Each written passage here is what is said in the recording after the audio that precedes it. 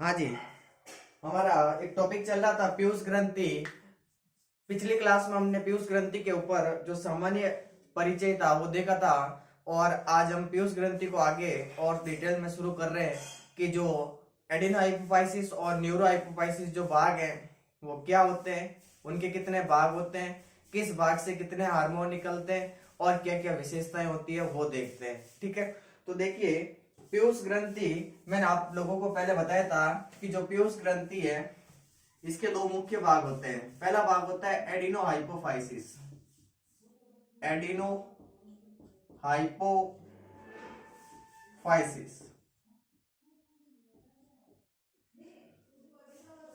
और दूसरा भाग होता है उसे कहते हैं न्यूरो हाइपोफाइसिस,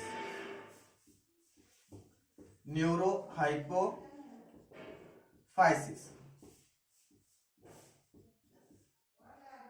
एडिनोहाइपोफाइसिस जो भाग है ये पीयूष ग्रंथि का 75% भाग बनाता है, जबकि जो न्यूरो हाइपोफाइसिस भाग है ये पीयूष ग्रंथि का 25% भाग बनाता है।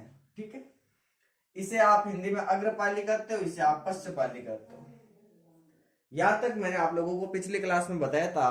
अब हम थोड़ा सा इसको और डिटेल में देखते हैं कि जो एडिनोहाइपोफाइसिस भाग है ये क्या होता है, इसके कितने भाग होते हैं और क्या क्या हार्मोन छोड़ता है ये वाला। ठीक है, तो देखिए एडिनोहाइपोफाइसिस भाग, सबसे पहला बिंदु आपको याद रखना है कि ये जो पीयूष ग्रंथि है इस पीयूष ग्रंथि का ये 75% भाग बनाता है। कौन? एडिनोहाइपोफाइसिस भाग। फिर ये जो एडिनोहाइपोफाइसिस भाग है ये किसका बना होता है, तो ये ग्रंथिल एपिथेलियम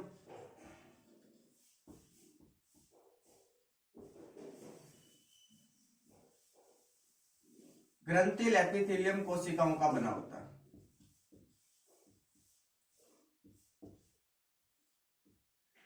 दूसरा बिंदु आपको याद रखना है कि इस एडिनोहाइपोफाइसिस भाग का जो विकास होता है वो रेथे पाउच के रूप में होता है,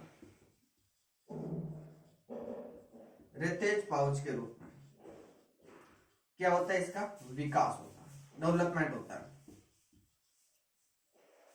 तो तीन बेसिक बातें याद रखनी है कि एडिनोहाइपोफाइसिस जो भाग है ये पीयूष ग्रंथि का 75% भाग बनाता है, ग्रंथिल एपिथेलियम कोशिकाओं का बना होता है, और इसका विकास है वो रेते पाउच के रूप में होता है।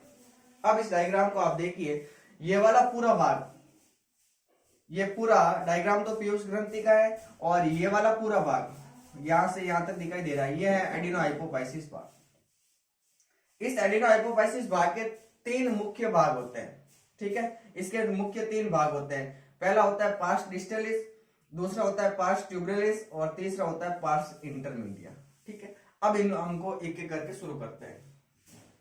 हम पहले बात कर रहे हैं पार्स डिस्टलिस की।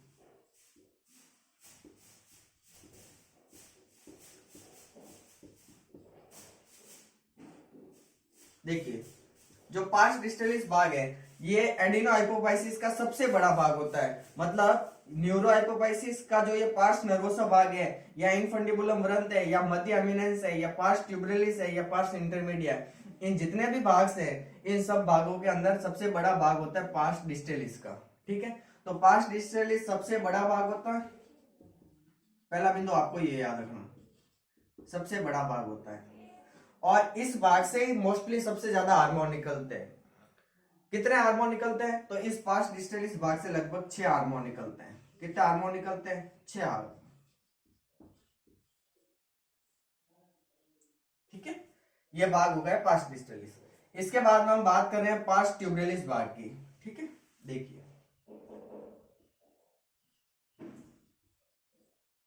पार्स ट्यूबरलिस,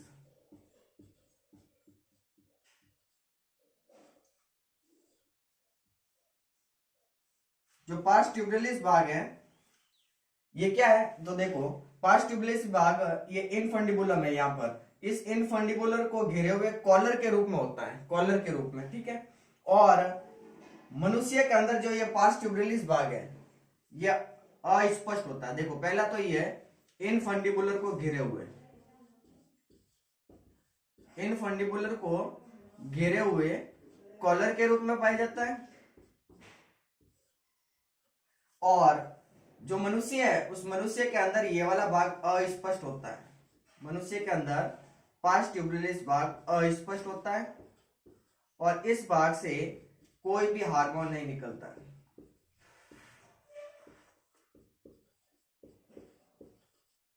कोई हार्मोन नहीं निकलता है। तो ये दो बातें आपको याद रखनी है कि पार्स ट्यूबरलिस भाग इनफंडिबुलर को घेरे हुए है कॉलर के रूप में।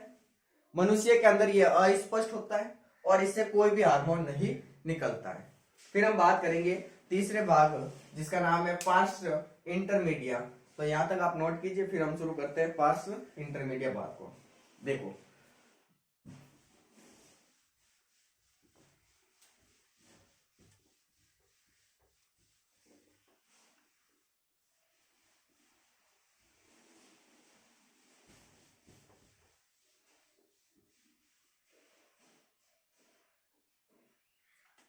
तीसरा भाग आता है जिसका नाम है पार्स इंटरमीडिया।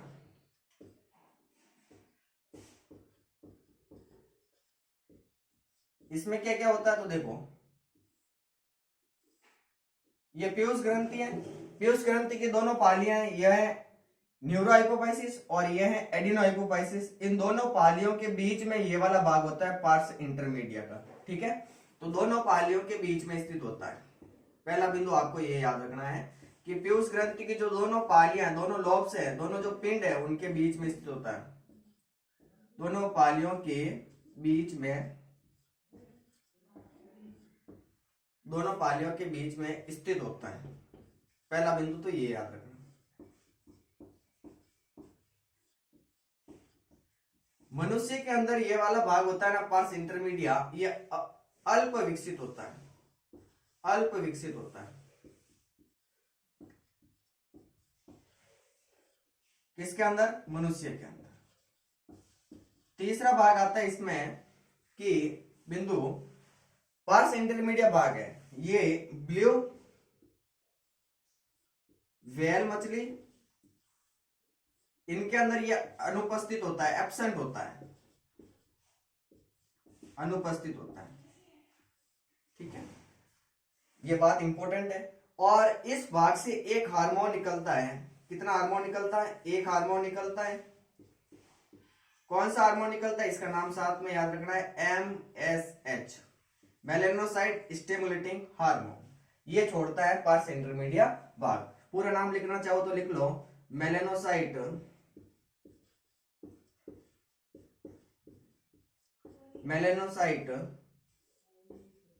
स्टिमुलेटिंग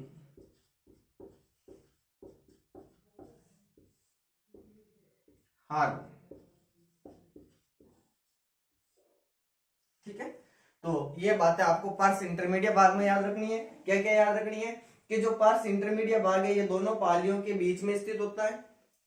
मनुष्य के अंदर ये अल्प विकसित होता है। ब्लू और व्हेल मछलियां होती है, इनके अंदर ये एब्सेंट होता है। और इस भाग से एक हार्मोन निकलता है जिसका नाम है MSH। पूरा नाम है इसका मेलेनोसाइट स्टिमुलेटिंग हार्मोन। तो ये वाला भाग होता है एडिनोहाइपोफाइसिस पूरा। इसके बाद में हम शुरू कर रहे हैं दूसरा भाग जिसे आप कहते हैं न्यूरोहाइपोफाइसिस। वो बात भी आपको याद रखनी है और इंपॉर्टेंट भी है। तो देखिए शुरू कर रहे हैं न्यूरोहाइपोफाइसिस भाग।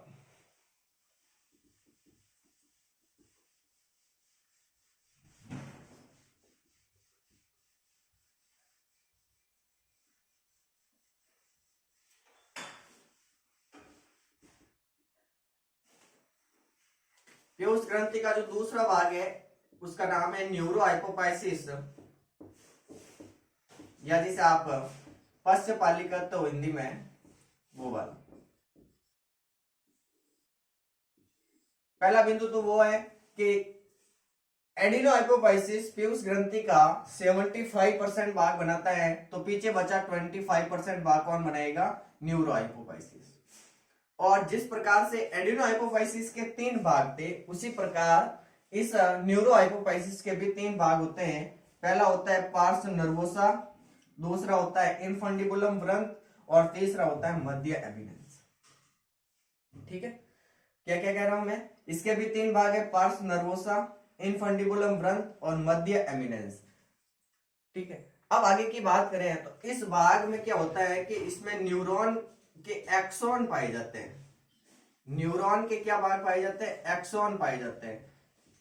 मतलब जैसे आपने देखा होगा कि ऐसी संरचनाएं होती है तंत्रिका कोशिकाओं की, और ये उसका पीछे वाला भाग होता है जिसको आप एक्सॉन कहते हो, ठीक है।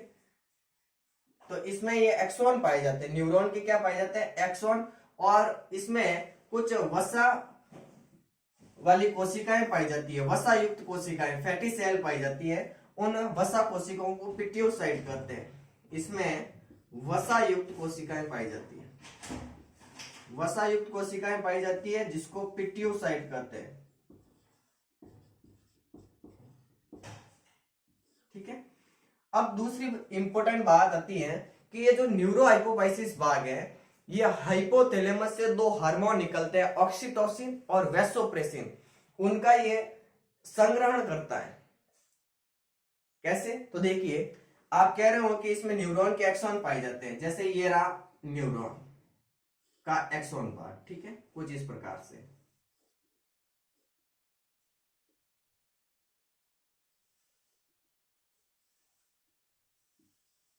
ठीक है, ये पूरा भाग आता है न्यूरॉन का एक्सॉन भाग, और इसके अंदर ये ऑक्सीटोसिन और वैसोप्रेसिन ऐसे इनके अंदर स्टोर होते हैं।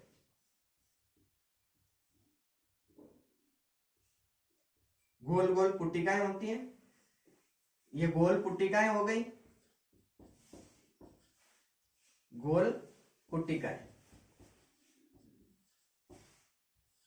और इनके अंदर दो हार्मोन संग्रहित होते हैं, स्टोरेशन होता है दो हार्मोन का। एक हार्मोन होता है ऑक्सीटोसिन,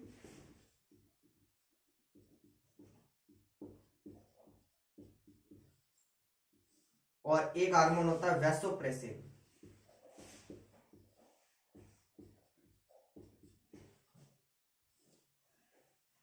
समझ रहे हो आप? ये दोनों ही हार्मोन पीयूष ग्रंथि से निकलते हैं, और ये न्यूरो हाइपोफाइसिस भाग इन हार्मोनों का स्टोरेशन करता है। इसलिए इस न्यूरो हाइपोफाइसिस भाग को एंडोक्राइन ग्लैंड यानी अंतरस्रावी ग्रंथि नहीं माना जाता है, एंडोक्राइन ग्लैंड नहीं माना जाता है। अब प्रश्न आ जाए कि इसे एंडोक्राइन ग्लैंड या अंतरस्रावी ग्रंथियां क्यों नहीं माना जाता है, इसका कारण बताओ। तो इसका कारण आपको यही रखना है कि इस भाग से एक भी हार्मोन नहीं निकलता है। ये भाग सिर्फ हाइपोथैलेमस से स्रावित हार्मोन ऑक्सीटोसिन और वैसोप्रेसिन का स्टोरेशन करता है, संग्रहण करता है। इसलिए इसे न्यूरोहीमल अंग कहते हैं। वेरी वेरी इंपॉर्टेंट पॉइंट, न्यूरोहीमल अंग कहते हैं, ठीक है। तो ये भाग न्यूरो हाइपोफाइसिस है, इसमें इतनी बातें आपको याद रखनी है। कौन कौन सी याद रखनी है? कि न्यूरो हाइपोफाइसिस भाग पीयूष ग्रंथि का 25% भाग बनाता है। न्यूरो हाइपोफाइसिस के भी 3 भाग होते हैं, पार्स नर्वोसा, इनफंडिबुलम व्रंथ और मध्य एमिनेंस, ठीक है। न्यूरो हाइपोफाइसिस में क्या होता है? तो इसमें न्यूरॉन्स होते हैं ना, उस न्यूरॉन के एक्सॉन पाए जाते हैं, और इसमें कुछ वसायुक्त कोशिकाएं पाई जाती है जिसे पिट्यूसाइट कहते हैं। ये भाग किसी भी हार्मोन का निर्माण नहीं करता है, ये सिर्फ हाइपोथैलेमस से दो हार्मोन निकलते हैं, उनका नाम है ऑक्सीटोसिन और वैसोप्रेसिन। इनका ये स्टोरेशन करता है, इसलिए इसे एंडोक्राइन ग्लैंड नहीं माना जाता है। और इनको न्यूरोहीमल अंग कहते हैं। ये ऑर्गन होते हैं, कौन से ऑर्गन? न्यूरोहीमल ऑर्गन। और इसमें ऑक्सीटोसिन और वैसोप्रेसिन का संग्रहण गोल पुट्टिकाओं के रूप में होता है। आप आगे पढ़ोगे तंत्रिका कोशिकाओं में कि ये जो न्यूरॉन का एक्सॉन भाग होता है, इनको सिनेप्टिक घुंडी कहते हैं। इनके अंदर ये गोल पुट्टिकाओं के रूप में हार्मोन का स्टोरेशन करता है। और कौन कौन से हार्मोन होते हैं? ऑक्सीटोसिन और वैसोप्रेसिन। धन्यवाद आज की क्लास के लिए। मिलते हैं अगली क्लास में पीयूष ग्रंथि के हार्मोनों के ऊपर चर्चा करने के साथ। धन्यवाद।